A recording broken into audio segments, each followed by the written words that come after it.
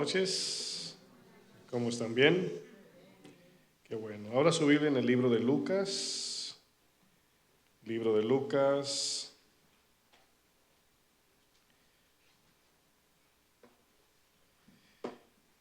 Vaya conmigo al capítulo 14. Puede bajar el volumen un poquito ahí atrás. Creo que está un poquito potente.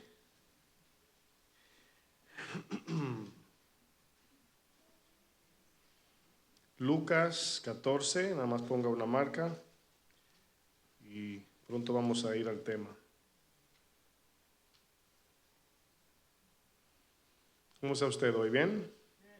¿Cuántos están enfermos? ¿Cuántos tienen el problema de garganta, la gripa, el virus?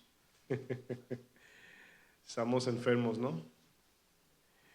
Bueno, vamos a continuar esta serie de Koinonía. Vamos a estar hablando bajo un tema hoy que va a ser muy interesante. Pero mientras usted pone una marca allí en su Biblia, vamos a hacer una oración, a pedirle a Dios que nos hable, como siempre Él lo sabe hacer. Amén. Amantísimo Dios, te pedimos que nos ayudes, Señor. Háblanos a través de tu palabra. Yo te pido que me des la gracia, Señor, la sabiduría. Dame inteligencia espiritual, Señor, para poder enseñar tu palabra y podamos cada uno salir de este lugar edificado, Señor. Yo te pido que podamos cada uno abrir el corazón a tu palabra, sabiendo que tu espíritu es el que deposita la semilla y sabemos que sin tu ayuda, Señor, nada de esto es posible. En el nombre de Jesús, la iglesia, ¿qué dice? Amén. Amén, gloria a Dios. Vamos al tema número 5 de esta serie de Koinonía y voy a compartir un tema que se va a titular Renunciando a nuestros derechos y privilegios. ¿Cómo se llama el tema? Fíjense que este tema que voy a compartir en esta noche, pues es contra, ¿cómo se diría, verdad? Counterculture, es contra la cultura. Va en contra del pensamiento del mundo. ¿Cómo que renunciar a mis derechos? El mundo reclama sus derechos. ¿Cómo que renunciar a mis privilegios si la gente busca el privilegio? Entonces, en Lucas 14, vamos a ver aquí este texto. La multitud seguía a Jesús y en el versículo 26 dice, Jesús aquí le está hablando a la multitud. Dice, si alguno viene a mí y no aborrece padre, madre, mujer e hijos y hermanos y hermanas y aún su propia vida, esa palabra renunciar, esa palabra aborrecer es importante, dice, no puede ser mi discípulo. Ahora, para que el texto no se vaya por otra vía, piense cuando algún joven decide entrar en la milicia. O sea, ese es el requisito, es lo mismo, o sea, si el soldado, el que quiere entrar a la milicia, ¿verdad? No puede dejar atrás todo para entrar a la milicia, no va a poder ser un militar. Entonces el Señor está hablando aquí de algo más importante, mucho más importante que la milicia.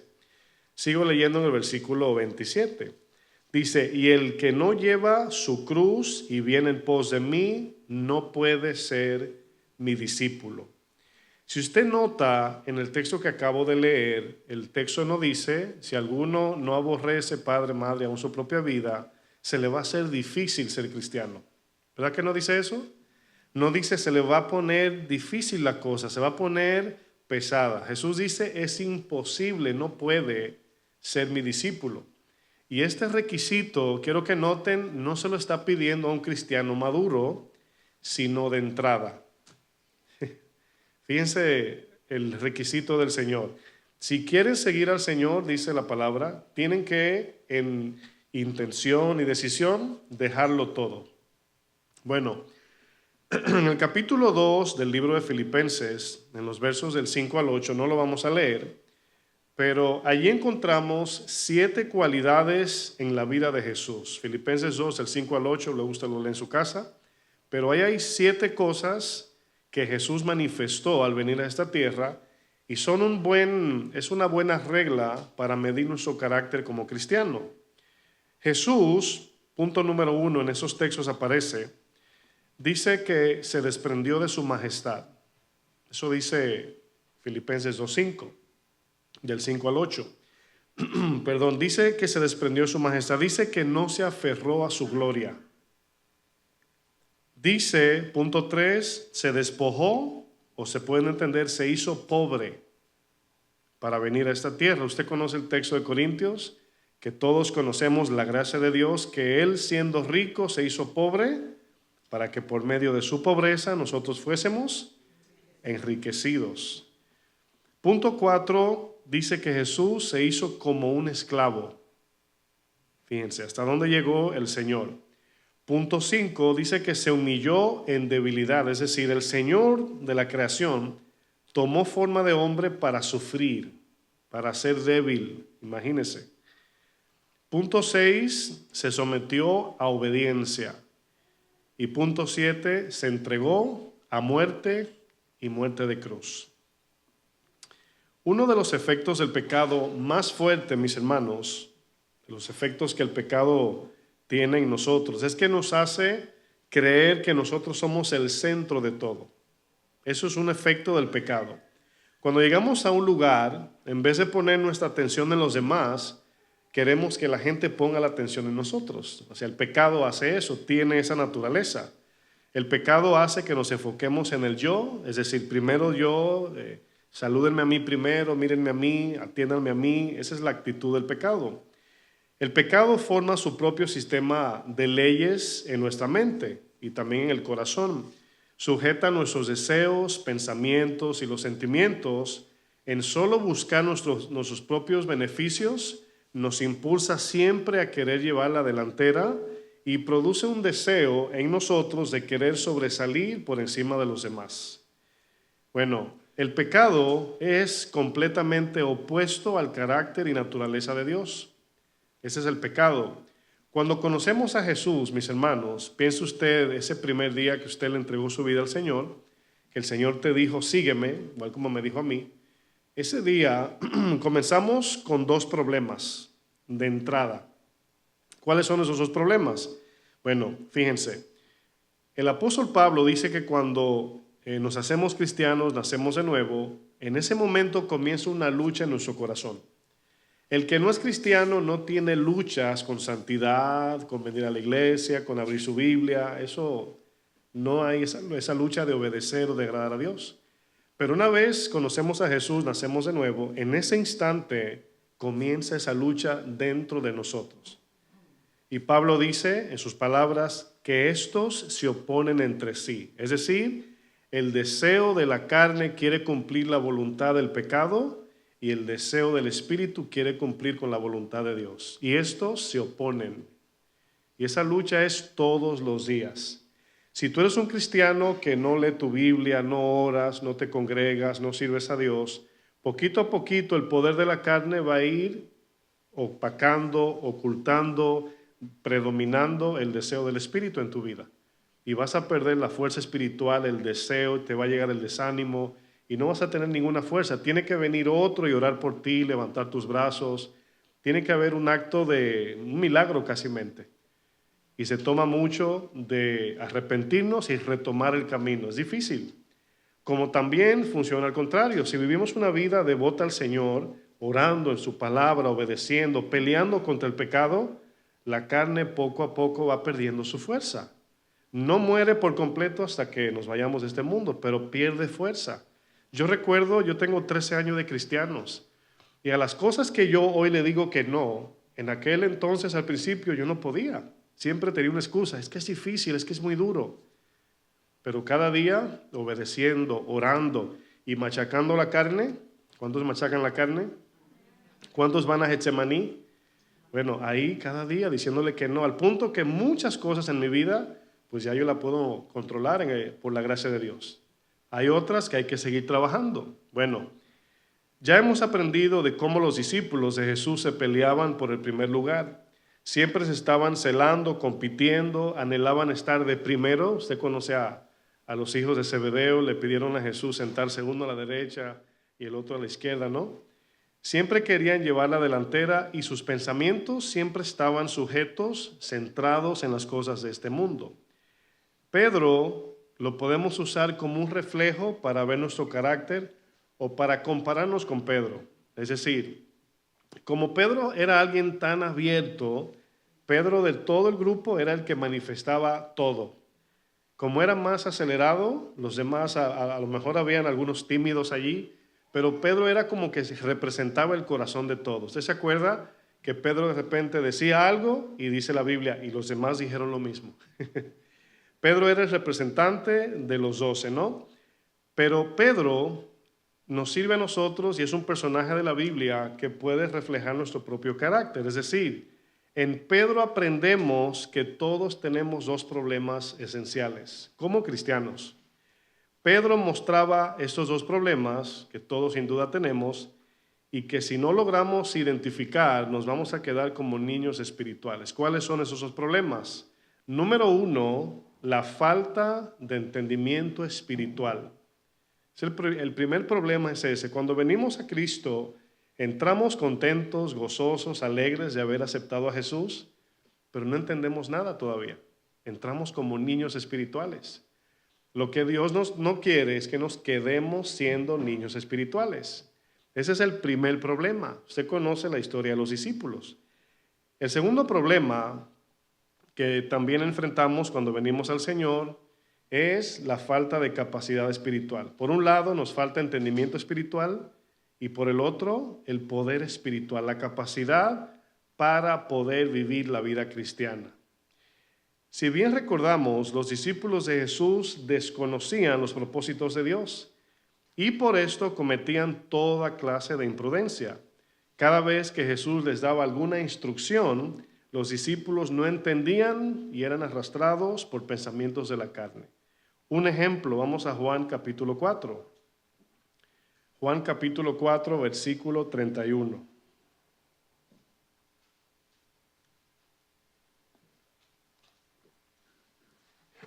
Fíjense, cuando Jesús hablaba con la mujer samaritana, que luego los discípulos llegan después de ir a buscar qué comer, Jesús se encuentra con la mujer samaritana en el pozo y fíjense cómo siempre andaban despistados, ¿ok? Obviamente estos discípulos después que vino el Espíritu, después que maduraron, ya no eran así, pero al principio les faltaba entendimiento. Y en Juan 4:31 dice, entre tanto los discípulos les rogaban diciendo, Rabí, es decir, maestro, come. Estaban preocupados por Jesús. Jesús, tienes que comer. Y fíjense lo que le dice el Señor. Y Él les dijo, yo tengo una comida que comer que vosotros no sabéis. Ahora quiero que noten cómo responden los discípulos.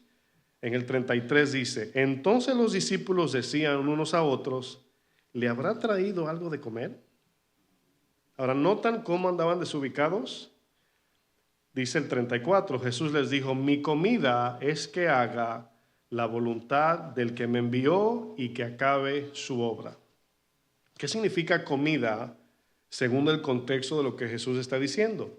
Bueno, sencillamente significa prioridad. Jesús dice, mi prioridad, o sea, por encima de comer, lo más importante es hacer la voluntad de Dios. Pero como ellos tenían una mente tan terrenal y material, todo lo que Jesús decía a un nivel espiritual, ellos lo bajaban a un nivel terrenal y no entendían. Otro ejemplo, como cuando Jesús le hablaba de la levadura del pan y los discípulos no entendían. En Marcos capítulo 8, versículo 4, fíjense lo que dice este texto. Dice, habían olvidado de traer pan, no sé por qué siempre es con la comida, ¿verdad? Dice, y no tenían sino un pan consigo en la barca.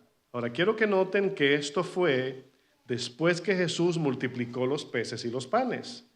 O sea, si yo les pregunto, si usted experimenta el milagro cuando Jesús multiplica peces y panes, pregunto, iglesia, ¿usted estaría preocupado por comer con Jesús? ¿Sí o no? Bueno, no debería. Sin embargo, nos sucede. Dios ha sido bueno en nuestras vidas miles de veces, millones de veces. Y llega un momento parecido y se nos olvida todo. Bueno, dice el verso 15, y Él les mandó diciendo, fíjense lo que le dice Jesús, mirad. Esa palabra mirad significa tengan cuidado. O sea, miren su corazón. Dice, guardaos de la levadura de los fariseos y de la levadura de Herodes. Dice, y discutían entre sí diciendo, es porque no trajimos pan. Jesús nos está tirando indirectas. Y entendiéndolo Jesús les dijo, ¿qué discutís por qué no tenéis pan? En el hispano diríamos, ¿qué pan ni qué pan? No entendéis ni comprendéis. Quiero que noten aquí, hermanos, que la falta de entendimiento no es por incapacidad de aprender, sino porque sus corazones estaban inclinados a lo terrenal. Van a notar el texto. Dice, ¿aún tenéis endurecido vuestro corazón? Teniendo ojo no veis y teniendo oídos no oís. Luego dice, y no recordáis, dice el texto, cuando partí los 5 panes entre 5,000, ¿cuántas cestas, dice, llenas de pedazos recogieron? Y le dijeron, ¿cuánto? Sobraron 12. Después de casi 20,000 personas. Ahí 5,000 son los hombres nada más. Dice, y cuando los 7 panes entre 4,000, ¿cuántas canastas llenas de los pedazos recogieron? Ellos dijeron 7. Son números figurativos, ¿sí? Y él les dijo, ¿cómo aún no entienden? Es decir, despreocúpense por lo terrenal. De eso me encargo yo. Busquen primeramente el reino de Dios y su justicia, y lo demás yo lo voy a añadir. Eso le está diciendo, pero ellos no entendían. ¿Por qué? Porque tenían una mente y un corazón muy apegado a lo terrenal. Levadura, mis hermanos, aquí representa la hipocresía de los fariseos y la corrupción de Herodes. Eso significa. Es un ejemplo como que usted sabe que la levadura infla el pan y crea una apariencia superficial, ¿verdad?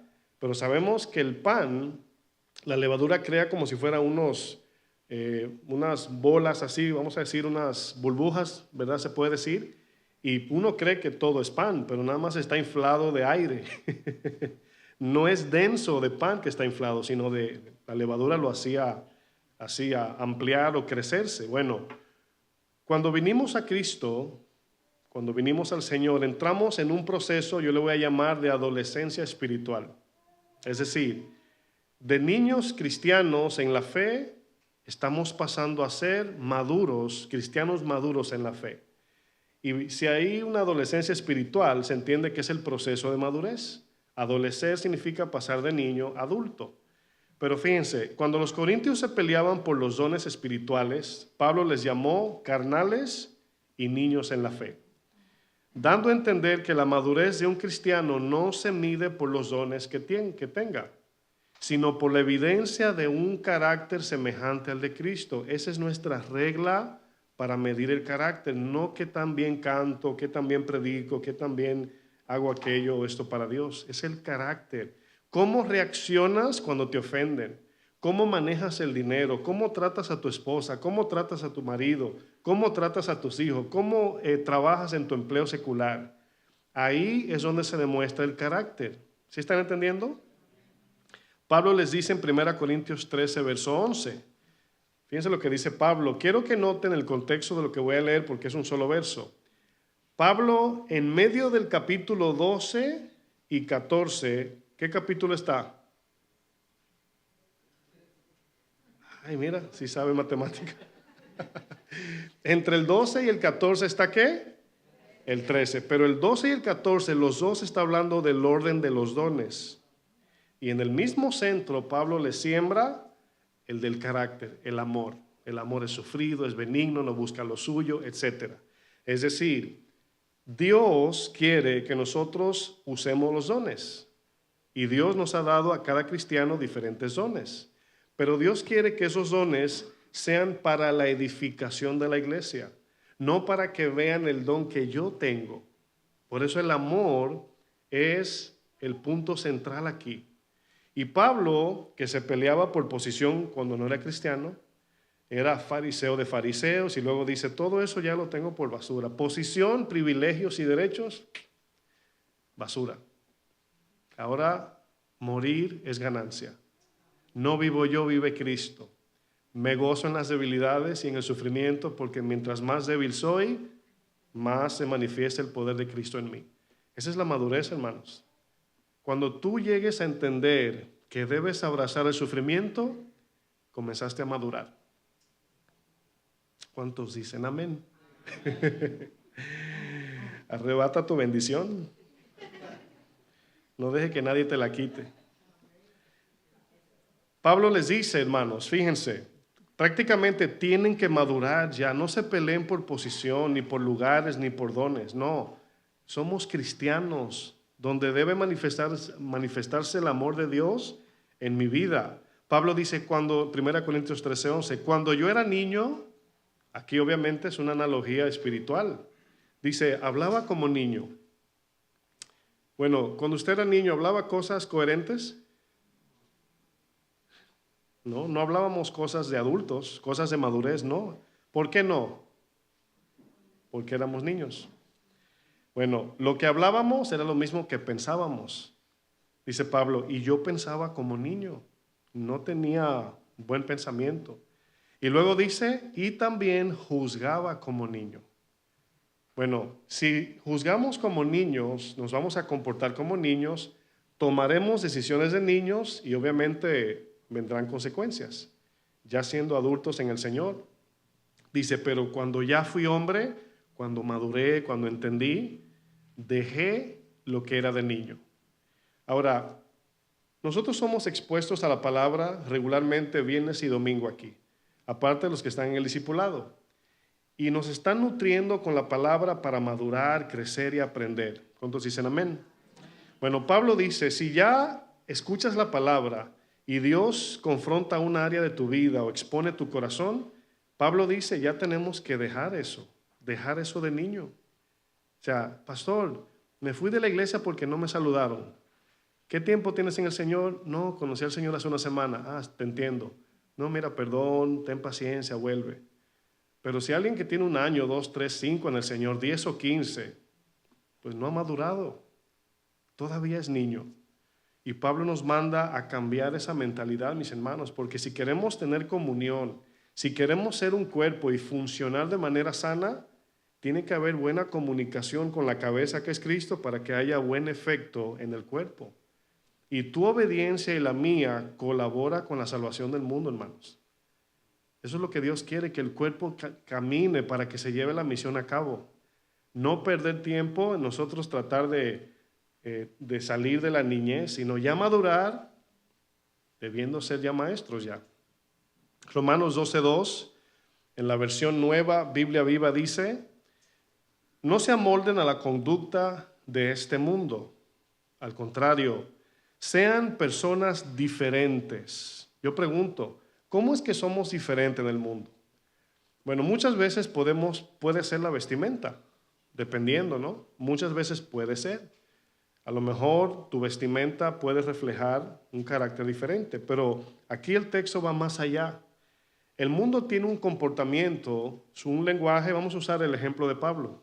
El mundo habla, piensa y juzga diferente a Dios.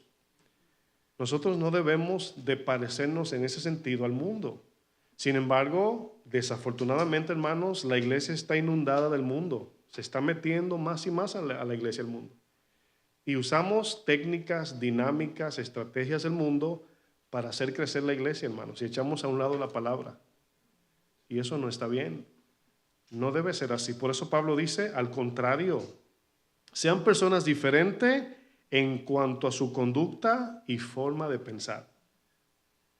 Si tú te reúnes con gente que no es creyente y te sientes cómodo o cómoda,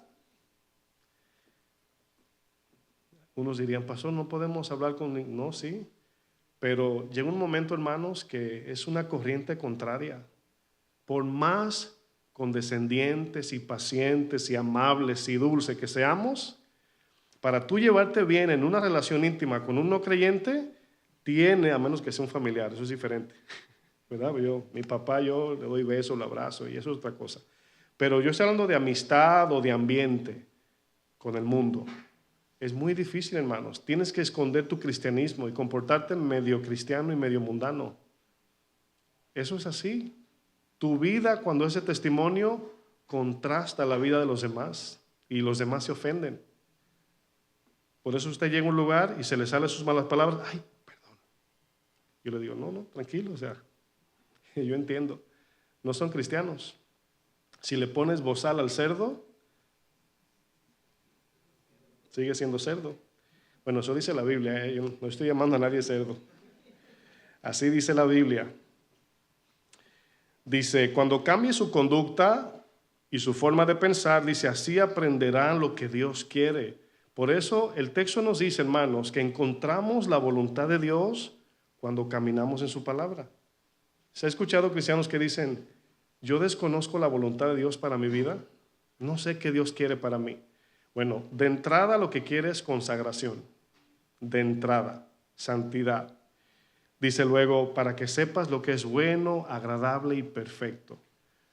Miren, ahora en Cristo, hermanos, debemos de cambiar nuestro modo de pensar y permitir que la palabra de Dios cambie el sistema de pensamiento que el pecado por tantos años ha formado en nosotros. ¿Usted sabe lo difícil que es desaprender? Hace unos días yo veo en YouTube un joven que él es ingeniero y siempre anda inventando, ¿verdad? Y un día inventó una bicicleta que cuando usted dobla a la izquierda, la llanta dobla a la derecha. Y usted no tiene una idea de lo difícil que es manejar una bicicleta así. Si usted dobla así y la bicicleta dobla para la derecha. Si dobla a la derecha, la llanta va a la izquierda. Y él duró 3 meses para aprender a manejarla. Imagínense. Pero fíjense, él estaba haciendo un ejemplo de mente, porque uno aprende algo y ya lo hace automático, sin pensar. Dice él que cuando volvió a montarse en una bicicleta normal, no la podía manejar. Se caía, no podía.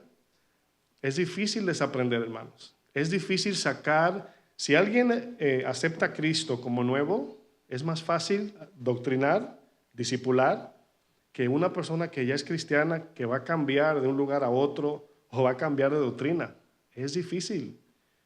Por eso es que el Señor quiere que seamos diligentes para limpiarnos de toda doctrina o viento de doctrina que son falsas. Porque todavía cargamos puntos de vista que nos hace ver la Biblia un poco distorsionada. El otro problema que enfrentamos, mis hermanos, ya vimos la falta de entendimiento. El otro problema al venir a Cristo es nuestra debilidad espiritual. Nosotros subestimamos, minimizamos este punto, hermanos, la necesidad del Espíritu Santo en nosotros. Créanme que por muchos años yo no entendía esto. Me imagino que algunos no lo entienden. Pero cuando comenzamos a caminar con Cristo, pasamos un tiempo donde según nosotros, solo necesito a Dios en problemas grandes, problemas mayores. De lo demás me encargo yo. Yo puedo solo. Bueno, Pedro es uno de esos personajes en la Biblia que nos ayuda a ver nuestro verdadero carácter. O sea, nos vemos en Pedro, por así decir. Pedro manifiesta muchos de los rasgos que usted y yo tenemos por naturaleza del pecado. Pedro, nada más le voy a dar algunas definiciones de su carácter. Era impulsivo, autosuficiente, era efusivo. Pedro no medía sus palabras. Pedro es de los que reacciona y luego piensa. Pedro era impaciente, iracundo, imprudente, interrumpía al hablar, solo pensaba en él y sobre todo Pedro tenía una mente muy terrenal y siempre enfocado en las cosas materiales de esta tierra. Ese es el Pedro de antes, ¿verdad? Imagínate lo imprudente que era Pedro, que el Señor desde el cielo tuvo que interrumpirlo. Vamos a ver Mateo 17, verso 4 para que usted vea. Mateo 17, versículo 4. Si usted ha leído su Biblia lo suficiente, se va a dar cuenta que Pedro aparece por todos los lados metiendo la pata. Pero le voy a decir algo para que no se adelante. Cuando uno quiere aprender, cuando uno quiere crecer, cuando nos interesa buscar de Dios, vamos a cometer muchos errores. Porque hay muchos que no crecen porque no quieren equivocarse. Y el error, equivocarse, es parte del crecimiento, hermanos. Créanme. Mateo 17:4, aquí Jesús, acuérdense, se transfigura. Jesús se va con Jacobo, se lleva a Pedro y a Juan, se va a la montaña y se transfigura, es decir, se manifestó como Dios. Como quien dice, por si tienen duda, ¿verdad? A esos tres. Y le dice, entonces Pedro dijo a Jesús, fíjense el corazón de Pedro, Señor, bueno es para nosotros que estemos aquí. Si quieres, hagamos aquí 3 enramadas, una para ti, otra para Moisés y otra para Elías. Es decir, el Rey de Gloria descendió de su trono para complacer a Pedro. Ahora yo quiero que usted note que Pedro está haciendo algo que muchos de nosotros hacemos cuando tenemos una necesidad. ¿Qué hacemos? Nos centramos en el yo. Es que a mí me duele, a mí me molesta, es que tú no entiendes lo que yo estoy pasando, lo que yo quiero, lo que yo deseo. Eso es Pedro y nos está reflejando a nosotros. Pedro está, el plan redentor desde el Génesis hasta ese momento, Pedro lo redujo. Ay, Señor, se siente bien aquí. Vamos a quedarnos aquí. Pero escuche lo que dice el verso 5. Mientras él aún hablaba, ¿qué significa ese mientras él aún hablaba? Bueno, significa que Dios lo interrumpe. O sea, no dice después que dijo estas palabras, no, mientras hablaba. Una nube de luz los cubrió y he aquí una voz desde el cielo, o desde la nube, mejor dicho, que decía, este es mi Hijo amado en quien tengo complacencia. A él oíd. Al oír eso, los discípulos se postraron sobre sus rostros y tuvieron gran temor. Entonces Jesús se acercó y los tocó y le dijo, levantaos y no temáis. Y alzando ellos los ojos, escuche, solamente estaba Jesús ahí. ¿Qué significa eso? Que todo lo que ellos vieron, la ley, los profetas, la voz del Padre, la Trinidad, estaba en Jesús, en una sola potestad. Pero Pedro quería que el Señor se enfocara en hacer unas enramadas, en un resort prácticamente, un retiro, ¿verdad? Si preguntamos qué tenía Pedro de bueno, ¿qué usted diría? ¿Qué tenía Pedro de bueno? Algo tenía que tener. Bueno, Pedro tenía, lo mismo que usted y yo, buena intención. ¿Se ha visto el niño cuando quiere ayudar al padre? Yo te ayudo, papá. Vamos a cargar el mueble de 300 libras. Yo te ayudo. Buena intención solamente. Pedro quería seguir a Jesús con su vida. No tenemos duda de eso. Lo demostró. Pero a Pedro le faltaba algo, hermanos. Le faltaba ser discipulado. ¿Para qué? Para recibir entendimiento y capacidad para poder vivirlo. Una de las imprudencias más grandes de Pedro, o que Pedro cometió, fue cuando juró que daría su vida por Jesús. Juró que mi vida doy por ti, Señor. Dice que los discípulos dijeron lo mismo. ¿Y cuál fue el final de esta promesa de Pedro y los discípulos? Los discípulos huyeron y Pedro negó a Jesús 3 veces y la tercera con maldición, prácticamente dándonos a entender que no había duda que lo había negado. Sin embargo, Pedro sí tenía un corazón para Jesús, nada más que necesitaba ser discipulado. Quiero hacer énfasis, hermanos, en que Pedro no pudo, escuche esto, aquí hay un punto que algunos quizás no saben. Pedro no pudo negarse por sí mismo en sus fuerzas. Sin la ayuda de Dios no nos podemos negar. Lo voy a explicar. Aunque la intención de Pedro era negarse para seguir a Jesús, Pedro le hacía falta lo más importante, ya lo vimos, entendimiento y capacidad espiritual. En Hechos 1, versículo 6, fíjense lo que le dice el Señor a sus discípulos. Hechos 1, verso 6.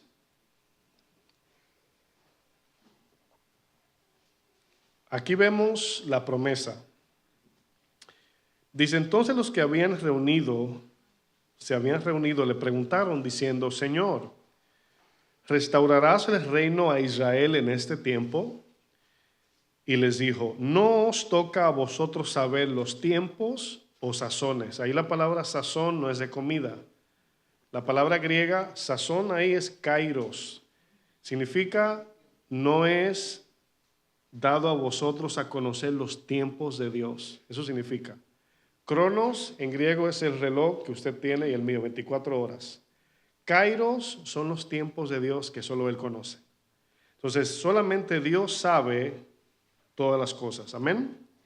Dice que el Padre puso en una sola potestad. Solamente una potestad tiene este conocimiento. Dice el verso 8, pero ese pero tiene un significado importante. ¿Qué significa? Ellos están preocupados por el reino terrenal. ¿Se dieron cuenta de la pregunta? ¿Cuándo vas a establecer el reino ya para reinar? No. Aquí Jesús dice, no, todavía no. Hay un procedimiento que tiene que hacerse. Tengo que ir a la cruz, ustedes tienen que llevar el evangelio y todos tienen que morir. No se lo dijo así. Si se lo dice, hasta ahí llegaba el ministerio de los discípulos. Pero Dios, igual que a nosotros, nos lleva paso a paso, paso a paso. Y por eso la palabra en el verso 8, ese pero significa, este es el enfoque, llevar el evangelio porque hay que salvar más personas. Pero recibiréis, ¿qué? Poder. Ahora escuchen bien el texto, ¿para qué es el poder? Porque hoy hay cristianos que tienen poder para todo, ¿verdad? Bueno, cuando haya venido sobre vosotros el Espíritu Santo. ¿Cuándo es que recibimos poder? Cuando venga el Espíritu Santo sobre nosotros. Y luego dice, y esa ahí significa para qué es el poder. Y me seréis testigos. La palabra testigo ahí, hermanos, es mártir, morir por causa de Cristo. Es decir, necesitamos el poder del Espíritu para negarnos y morir por Él. La decisión es humana, la decisión, pero el hecho es espiritual y divino. Cuando yo digo, Señor, te seguiré, hay dos textos que a mí me gustan mucho. En paréntesis lo explico. ¿Se acuerdan cuando Abimelech, conocen a Abimelech, con el que Abraham le dijo que Sara era su hermana? Este hombre era un hombre justo, era un rey justo. Sin embargo, cuando él ve a Sara aparentemente era una mujer muy hermosa, se quería acostar con ella, pero Sara era media hermana de Abraham. En ese tiempo todavía las familias se casaban, todavía no salía el libro de Levíticos, para que lo entiendan. Y de alguna manera Abimelech no pudo acostarse con Sara, pero el texto nos dice, cuando el Señor le habla a Abimelech, le dice el Señor, por cuanto eres un hombre íntegro, escuche, le dice Dios, yo no permití que la tocaras. Eso es impresionante, hermanos, que cuando vivimos en obediencia, orando, Señor, líbrame de tentación, el Señor puede, de una manera misteriosa, evitar que caigamos en un pecado. Bueno, ¿cómo sabemos eso? Pastor, eso es el Antiguo Testamento. No. En 2 de Pedro dice que el justo Lot dice que sufría en su alma porque se negaba a lo que veía en el mundo. Y dice la palabra, sabe Dios librar a los piadosos. Gracias. Librar de tentación a los piadosos. ¿Quiénes son los piadosos? Los que prácticamente obedecen la palabra cada día. Fíjense, hermanos, Dios nos cuida de caer en pecado cuando vivimos en obediencia. ¿Sí están entendiendo? Bueno, esto me lleva, hermanos, al punto de la negación, de negarnos para servir a Dios. Cuando yo decido seguir al Señor y dejar el mundo atrás, Él me da la fuerza para darle la espalda al mundo, porque el poder del deseo es fuerte, hermanos. ¿Usted sabía que el deseo es un poder? Hay un poder atractivo en este mundo por las cosas de la carne. ¿Sí sabía eso? ¿Se acuerda del vivo deseo del pueblo que salió de Egipto? Que caminaban para la tierra prometida, pero los jalaba Egipto y duraron 40 años dando vuelta. Bueno, si no vivimos en la palabra, si no vivimos en oración, clamando a Dios, pidiéndole ayuda cada día, no podremos vencer la carne. Y por eso el Señor dice, y recibirán poder cuando venga el Espíritu Santo para que sean testigos por mi causa. Es decir, para que puedan negarse y morir. Usted conoce Juan 21, el Señor le dice a Pedro, Pedro, el Espíritu te llevará a donde tú no quieres. Es importante ese texto, hermanos. Por eso le dice más adelante, y me seréis testigo en Jerusalén, en toda Judea, en Samaria y hasta lo último de la tierra.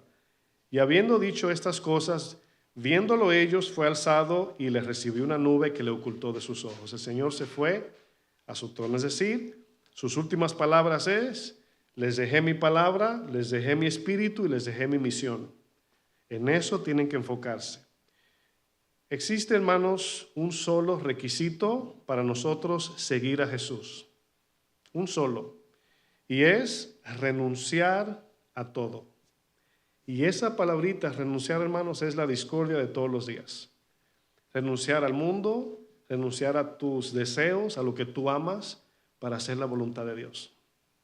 En Lucas 14, verso 33 dice: así pues, cualquiera de vosotros que no renuncia a todo lo que posee, no puede ser mi discípulo. Piense usted en que las cosas de este mundo son como si fueran cadenas que nos amarran y no nos permiten servir a Dios. No nos permiten hacer la voluntad de Dios y llevar su misión al mundo. Las cosas de este mundo, hermanos, son como cadenas, pero esas cadenas son de placer. Ese es el peligro, que es un placer del mundo que nos jala para estar más tiempo en el celular que en la palabra, más tiempo en los dispositivos que en oración, porque es más deleitoso esas cosas. Pero hay que luchar contra eso para matar su deseo y vivir una vida más espiritual en el Señor. El requisito de renunciar a todo, hermanos, hay dos maneras como muchos entienden la fe cristiana. Y hay muchos que están equivocados y otros no. Una manera en cómo muchos entienden lo que es la vida cristiana es, número uno, creo en Dios para que Él cumpla mis deseos. Ese es el evangelio de tu voluntad. Pero luego está la bíblica, que es creo en Dios para yo cumplir con su voluntad. Y yo pregunto, ¿cuál de estos dos pactos hiciste el día que le entregaste tu vida al Señor? Cuando yo digo estas cosas, hermanos, es un momento de reflexión para aquellos que le presentaron mal el evangelio. Ven a Dios que Él te va a bendecir y te va a dar y tú vas a ver que todo te va a salir bien. Bien doloroso. Sin duda alguna, mis hermanos, todos como seres humanos tenemos derechos y tenemos privilegios. ¿Qué es un derecho y qué son privilegios? Vamos a definir estas palabras. Un derecho es algo que nos pertenece por ser simplemente seres humanos. Es un derecho. O puede ser algo que te pertenece por habértelo ganado, como por ejemplo, si tú tienes un trabajo, el dinero que tú ganas en ese trabajo te pertenece y está en tu derecho a hacer lo que tú quieras con ese dinero. ¿Están de acuerdo? ¿Sí están de acuerdo? Bueno, tú te lo ganaste, tú lo trabajaste, es tu dinero. Es por eso que ningún pastor en ninguna iglesia puede obligar a nadie a que diezme o que dé ofrenda. Eso es algo que nace del corazón del cristiano agradecido. Eso es voluntario, pero es tu derecho, es tu dinero, tú lo trabajaste, eso es un derecho. Pablo mismo en una ocasión reclamó sus derechos como apóstol. Dice, ¿no tenemos Bernabé y yo derecho de tener una mujer y de comer y trabajar? Él estaba reclamando sus derechos, pero no era un reclamo, era para que la iglesia aprendiera a respetar la posición de Pablo como apóstol. Otro ejemplo de tener derecho es la dignidad. La dignidad, mis hermanos, todos merecemos el respeto digno de un ser humano. Usted merece respeto, yo merezco respeto, nos debemos respeto mutuo, ¿sí o no? Bueno, un ejemplo, si en un trabajo que tú tienes, tú cometiste algún error, tu jefe, tu supervisor, tu manager, no tiene el derecho, ahora sí, de maltratarte. Te puede llamar la atención, te puede decir, mira, esto no lo vuelvas a hacer, llamarte la atención, pero no de maltratarte. ¿Por qué? Porque tú mereces dignidad, o sea, el ser humano merece respeto y eso es un derecho que Dios nos ha dado. ¿Amén? Bueno, ¿qué son privilegios? Los privilegios pueden darse por varias razones, varias cosas, como por ejemplo, si tú, por ejemplo, eres hijo, ¿verdad? O hija de un hombre muy conocido y llegas a un restaurante, ¿verdad? Vamos a decir 5 estrellas, con 3 estrellas de Michelin, no sé si usted sabe lo que es eso, pero un restaurante caro y el jefe, el dueño, conoce a tu papá y te dice, no, búsqueme la mejor mesa y la mejor comida y la mejor atención y no tiene que hacer fila, entre. Eso es un privilegio. Y eso es algo que la vida nos da privilegios. Pero fíjense, podemos demandar nuestros derechos, exigir nuestros privilegios. Sin embargo, para seguir a Jesús, mis hermanos, debemos de renunciar a todo eso. Debemos de renunciar si queremos seguir al Señor. No debemos de ser demandantes, no debemos de ser exigentes, porque Jesús no lo fue. Jesús renunció a sus privilegios, dejó su trono, dejó su gloria, dejó su majestad para morir por gente indigna e inmerecida de los favores de Dios. Y aún así vino. Vamos a ver un ejemplo en Mateo 17, versículo 24, de cómo, quiero que notemos el carácter de Jesús aquí. Y todo esto, hermanos, lo que estamos estudiando hoy, es un principio de negarnos para poder servir a los demás, para poder servir a Dios. Mateo 17, 24.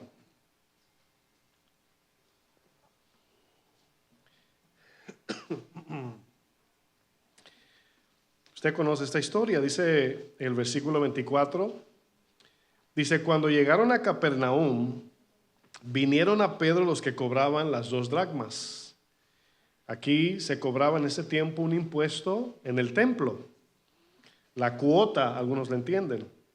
Y le dijeron a Pedro, escuche esto, ¿vuestro maestro no paga las 2 dracmas? Fíjense la pregunta, ¿no?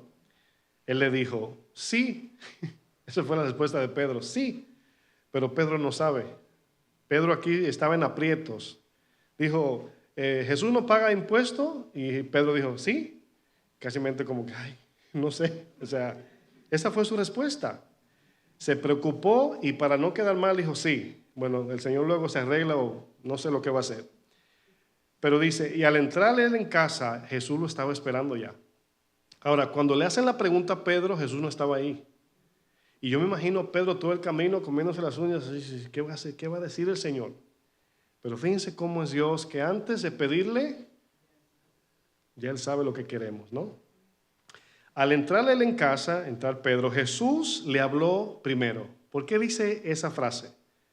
Porque Jesús le va a descubrir el pensamiento antes que él le diga, diciendo, ¿qué te parece, Simón? Los reyes de la tierra, ¿de quiénes cobran los tributos o los impuestos? Lo que conocemos como los taxes.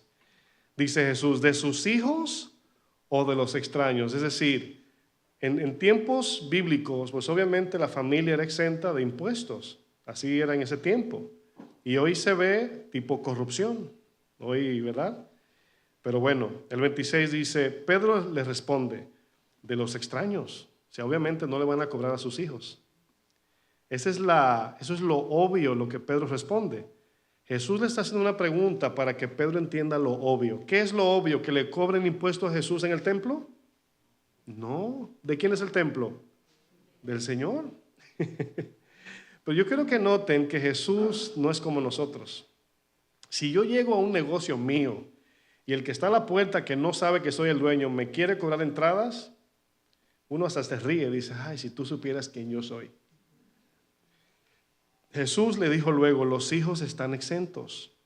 Sin embargo, esta palabra está impresionante, para no ofenderles. Ahí está la intención de por qué Jesús dice esto. Sin embargo, para no ofenderles, ve al mar. Ahora, permítame explicar. Jesús no le dijo, ve a Southern Boulevard, a la esquina, y haz esto. Desde el templo al mar, hermano, estamos hablando de millas y millas y millas. Caminando es lejos. No es como que está el mar ahí, que metes un pie y ya. No, mis hermanos, estaba lejísimo. Bueno, usted piensa en eso. Jesús está dispuesto a ir la milla extra por amor a nosotros, para no ofender. Ve al mar y echa el anzuelo y el primer pez que saques, tómalo, y al abrirle la boca hallarás un estatero, tómalo y dáselo por mí y por ti. Miren, aquí se queda un principio para nosotros. Cuando nosotros decidimos obedecer a Dios y nos vamos la milla extra por no ofender a alguien, por salvaguardar el alma de alguien, por ser de buen testimonio, por glorificar a Dios, Dios va a proveer de ese sacrificio que estás haciendo. El mismo Señor le dice, mira, piense usted cómo se hizo este milagro, que el pez tenía monedas adentro. El primer pez que pesque, ahí estará la moneda, sácasela y ven y dáselo por ti, por mí.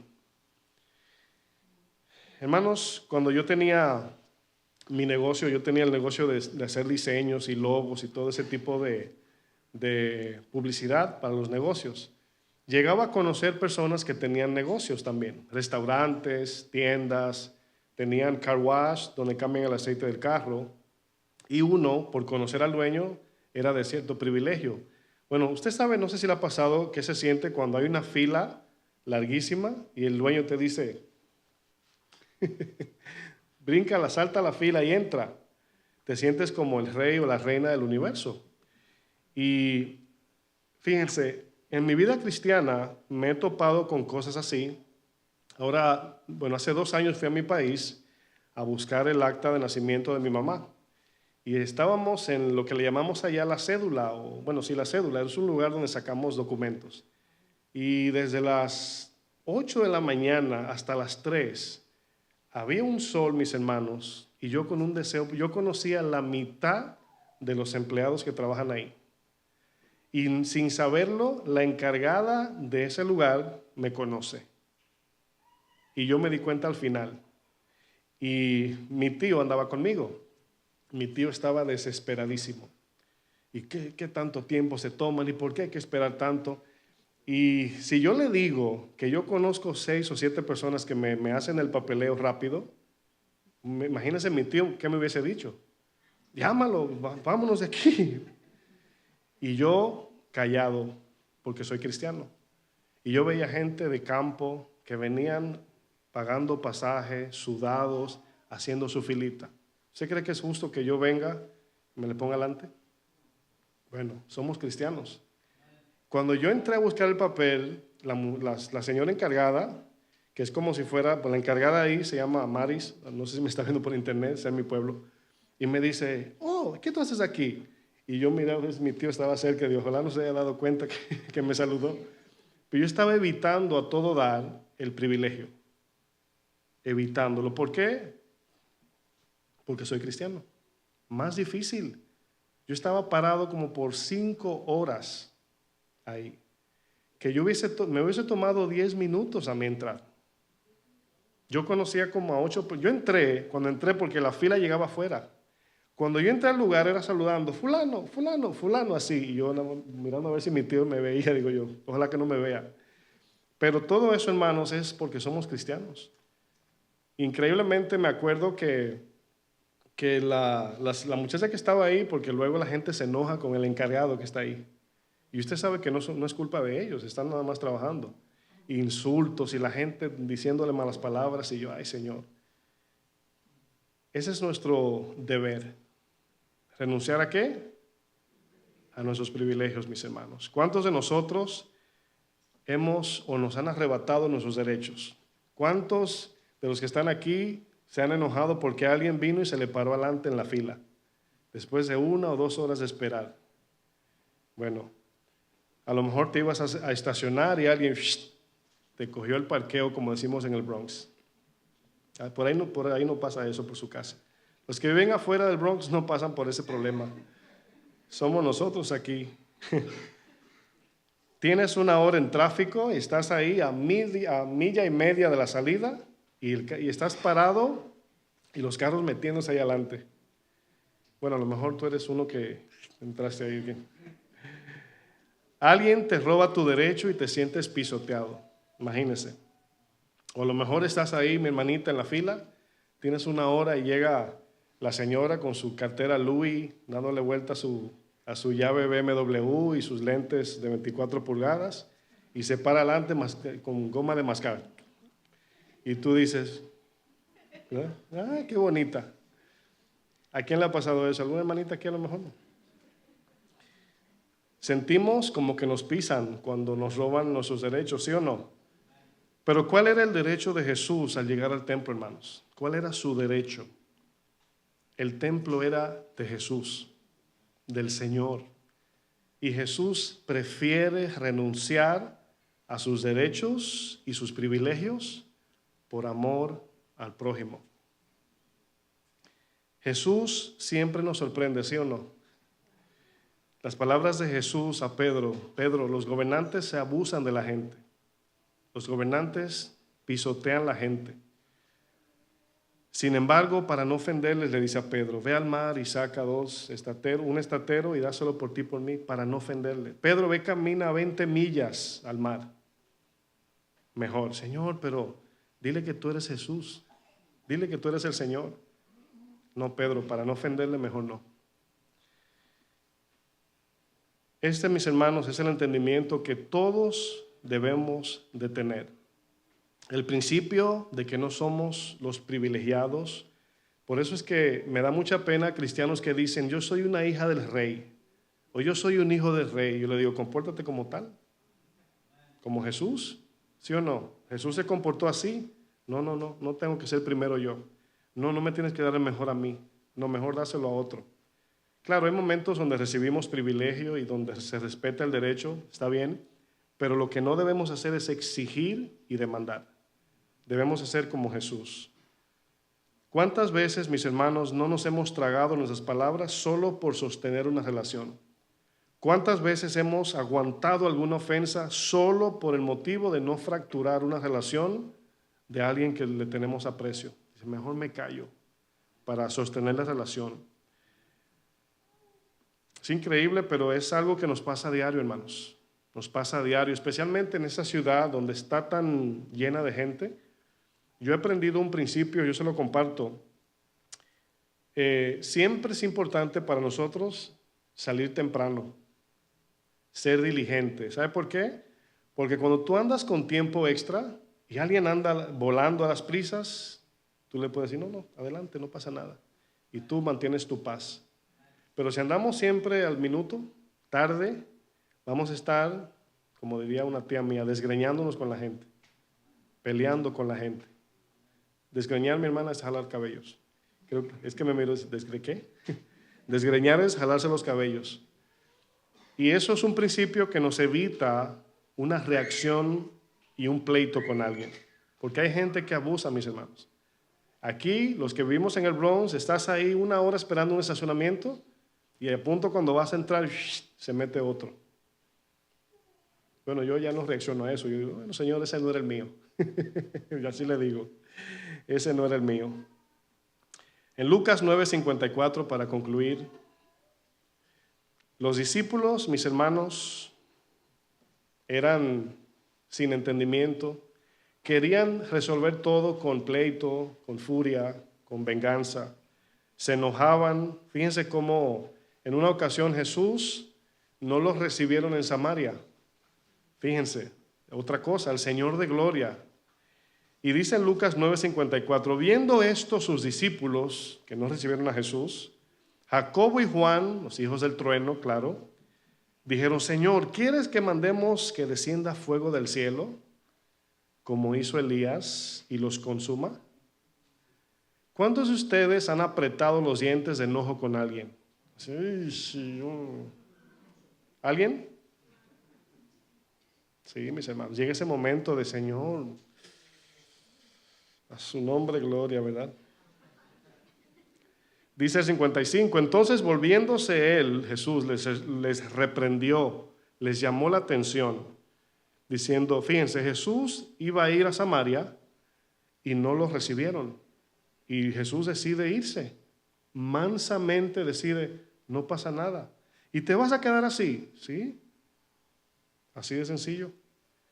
Le dice el Señor: vosotros no sabéis de qué espíritu sois, le dice. Porque el Hijo del Hombre no ha venido para perder las almas. Cuando cometemos un acto de imprudencia, hermanos, perdemos las almas. Almas. Dice, sino para salvarlas. Y yo le puse una palabra: y mejor se fueron a otra aldea. Yo le puse ese mejor. Esa palabra, cuando yo le pongo mejor, es para evitar y no ofenderles igualmente. Mejor vamos a otro lado. Y soberanamente Dios obró de esa manera.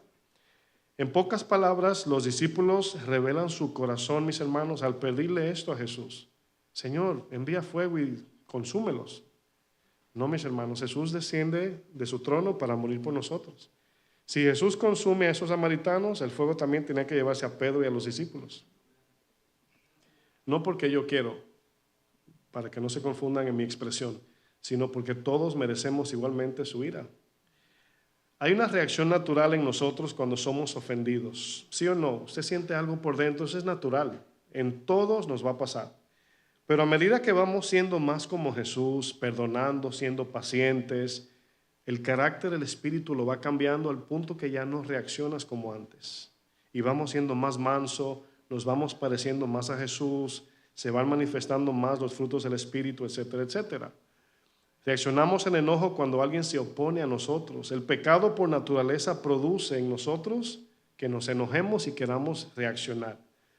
¿Cómo se vence esto, mis hermanos? Romanos 8:13 dice, porque si vivís conforme a la carne, aquí la idea es un cristiano despistado que no anda en el Espíritu, no anda en la obediencia a su palabra. ¿Usted sabe lo que significa orar sin cesar? Significa caminar con Dios en tu mente. Caminar con Dios, que no se te olvide que tú eres una hija, un hijo de Dios. Que todo lo que tú haces es consciente de que Dios es tu redentor, es tu escudo, es tu porción, te está viendo. Eso significa orar sin cesar, es una conexión 24 horas. No es de rodillas ahí la oración de... No. Es una oración de Señor, ayúdame aquí.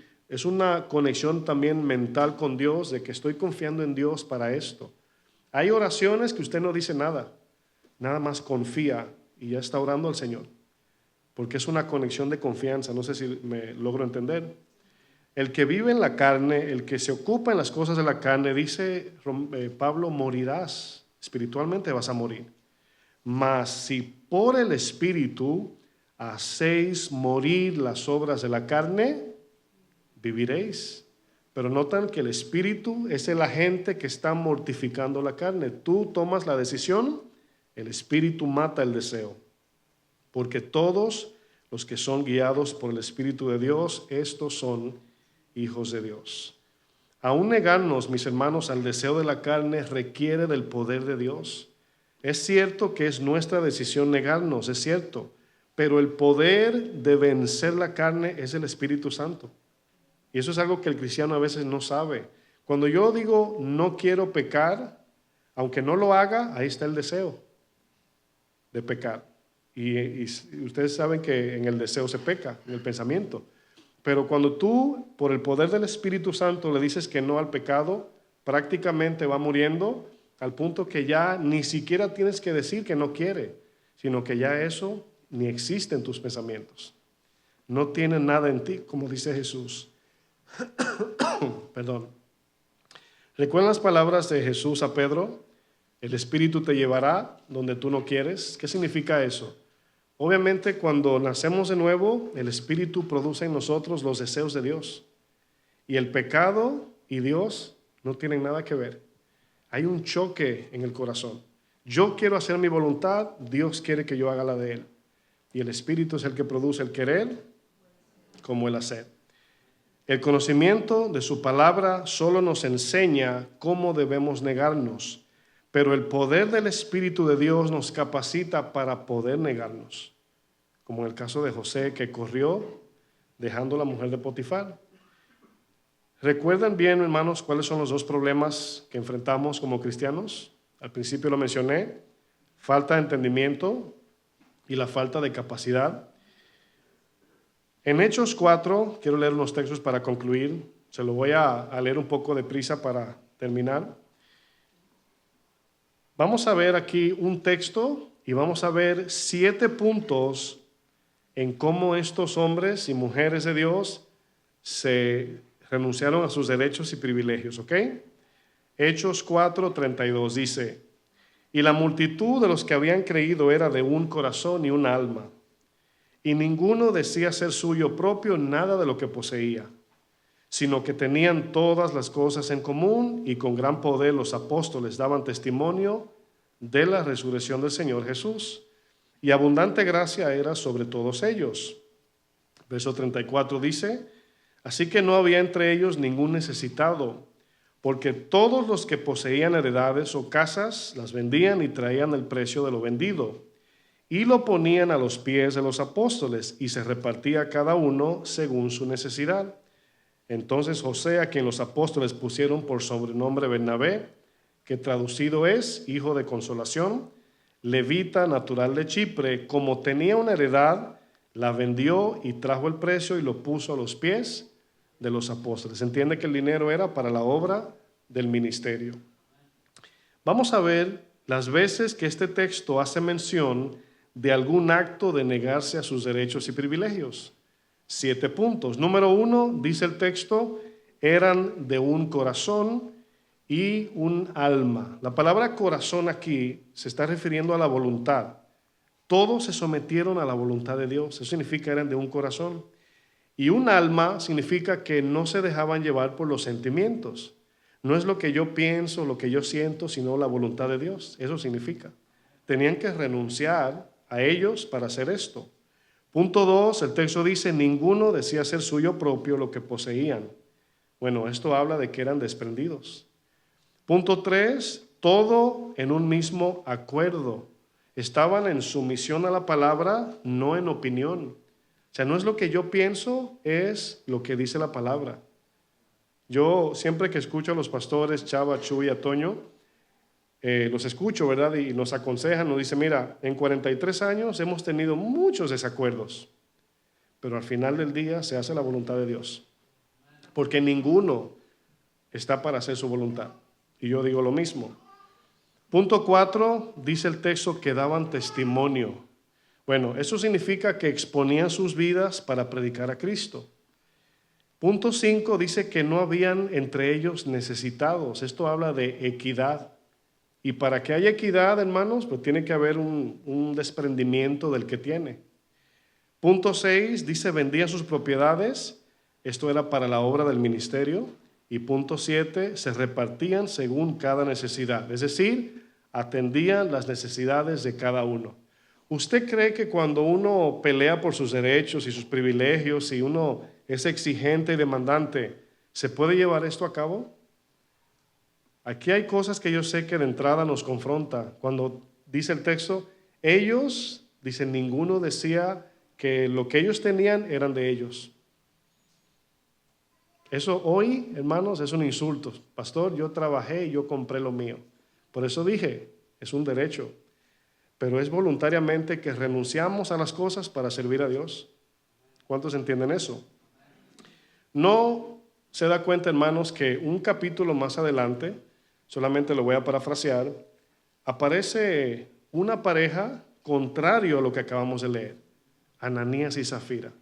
Dos que no renunciaron a sus derechos ni a sus privilegios. Y como es algo personal y voluntario, Pedro le dice a Ananías, Ananías, la propiedad era tuya, no tenías que darla. O sea, fue una decisión tuya, pero una vez la diste, ¿por qué hablaste mentira? Era mejor quedarte así y no dar nada, antes que darlo a medias y hablarle mentira a Dios. Dice la Biblia que cayó expirado. Y entró la mujer y dijo, ¿y tú por qué consentiste con tu esposo? No le has mentido a hombres sino a Dios. Bueno, ¿por qué era tan importante todo eso, hermanos? Porque se estaba cimentando la iglesia en los principios de lo que retiene saludablemente y puramente un cuerpo en comunión. No puede haber comunión, hermanos, donde hay tiranía, competencia, celos, egoísmo. No se puede. Y es por eso que vemos otra historia. En Lucas 18 aparece el joven rico. Viene corriendo a Jesús, le pregunta, ¿qué tengo que hacer para heredar la vida eterna? Le dice Jesús, renuncia a tus derechos y privilegios. Y le dice no, y se fue triste. Un capítulo más adelante, el 19, aparece un hombre llamado Zaqueo. La misma escena. Y el Señor no le pide nada a Zaqueo, sino que Zaqueo dice, la mitad de mis bienes a los pobres, si a alguien he engañado, se lo voy a dar cuadruplicado. Y dice que todo eso lo hizo gozoso. Y dice el Señor, la salvación ha llegado a esta casa. Bueno, esto de renunciar, hermanos, nadie te lo va a pedir. Tú eres el que decide. Si quieres renunciar a tus derechos y privilegios para servir y vivir para Dios. Póngase de pie, por favor.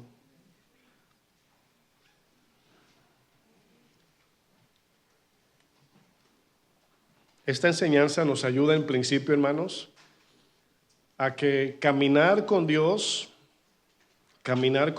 tiene que ver con aplicar los principios de Cristo en cada decisión. Es decir, si tú estás en un trabajo secular, ahí se da toda clase de cosas. Y qué difícil sería ser un Daniel en medio de Babilonia, ¿no? Bueno, ahí es donde a veces hay que renunciar a nuestros derechos y privilegios.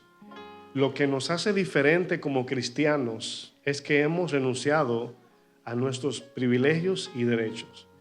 Fíjense, nadie te lo puede exigir, pero Dios espera de ti que renuncies. Dios te lo pide. Pero yo como pastor no te puedo decir, renuncia a tus derechos. No, voluntariamente lo hacemos. Señor, cuando el Señor te dice, Señor, pero es que ella me dijo esto. Bueno, tú decides si renunciar a tus derechos y soportar la ofensa. Ahí va aplicado todo. Si queremos convivir, tenemos que tener esa actitud como Jesús. Todo en el nombre de no ofender, siempre y cuando no sea exponer la verdad. Porque la verdad ofende. Y no estoy hablando de la verdad de los que dicen, yo que tengo que decirle la verdad se la digo. No, esa no. Sino la verdad de su palabra, la verdad de Dios. Esa siempre va a ofender porque quienes estamos mal somos nosotros, no es Dios. Pero todo lo que podamos hacer que contribuya con la unión, la comunión. Si yo voy a decir algo y yo sé que va a producir un problema, discúlpeme, mejor no lo digo, mejor callo. Y eso es, uno dice, es que yo tengo que decir algo. Ese tengo que es cuando tú dices, voy a renunciar a mis derechos. No es que me ofendieron a mí, ahí tú decides si vas a renunciar a tus derechos. Bueno, Jesús, usted piense, Pedro sacó en un momento la espada y cortó una oreja. Y Jesús decide entregarse. Dice, Pedro, si yo quiero, llamo 70,000 ángeles. Mete tu espada en la vaina. Ese es el modelo de Jesús. Y cada vez que te preguntes en tu casa, en el secreto de tu oración, Señor, ¿cómo voy? ¿Cómo está mi vida delante de ti? Porque esa pregunta tiene que venir de momento en momento. ¿Cómo estoy delante de ti? Y ahí no vas a juzgar tus sentimientos, no. Ahí vas a juzgar tu carácter. ¿Cómo vas? ¿Te pareces, aunque sea un poquito más a Jesús más que ayer? Esa es la pregunta y esa es la respuesta. Oremos. Señor, te damos gracias, Señor. Sabemos que negarnos, renunciar a nuestros derechos, es algo difícil, Señor. Yo diría aún más, es imposible sin tu gracia. Como seres humanos caídos, quienes cargamos una naturaleza pecaminosa, Señor, la tendencia, lo normal es buscar, reclamar, demandar, exigir, Señor. Pero sabemos que una vez te conocemos, una vez recibimos el modelo de vida que eres tú, te negaste, te entregaste, te despojaste para nosotros, lavaste los pies, Señor. Tú te sometiste a lo más bajo que un ser humano puede someterse. Y no es solamente qué tan bajo te humillaste, sino de qué tan alto viniste, de tu majestad, tu gloria, tu trono, Señor. Y decidiste dejarnos ejemplo. Hoy queremos aprender, Señor. Pero sabemos, Padre, que sin tu ayuda, sin tu Espíritu Santo, no hay manera, Señor, de lograr esto. Ayúdanos cada vez que queremos obedecer tu palabra, Señor. Líbranos de tentación.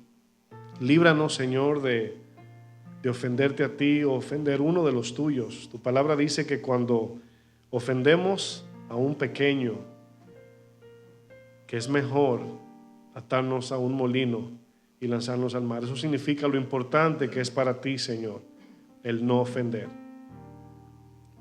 No solamente no ofender, Señor, sino también perdonar. Ayúdanos a ser más como Jesús, Padre, y que estas palabras queden grabadas en nuestro corazón para llevarla a la práctica en el nombre de Jesús. Amén. Que el Señor les bendiga, mis hermanos. Que tengan buenas noches.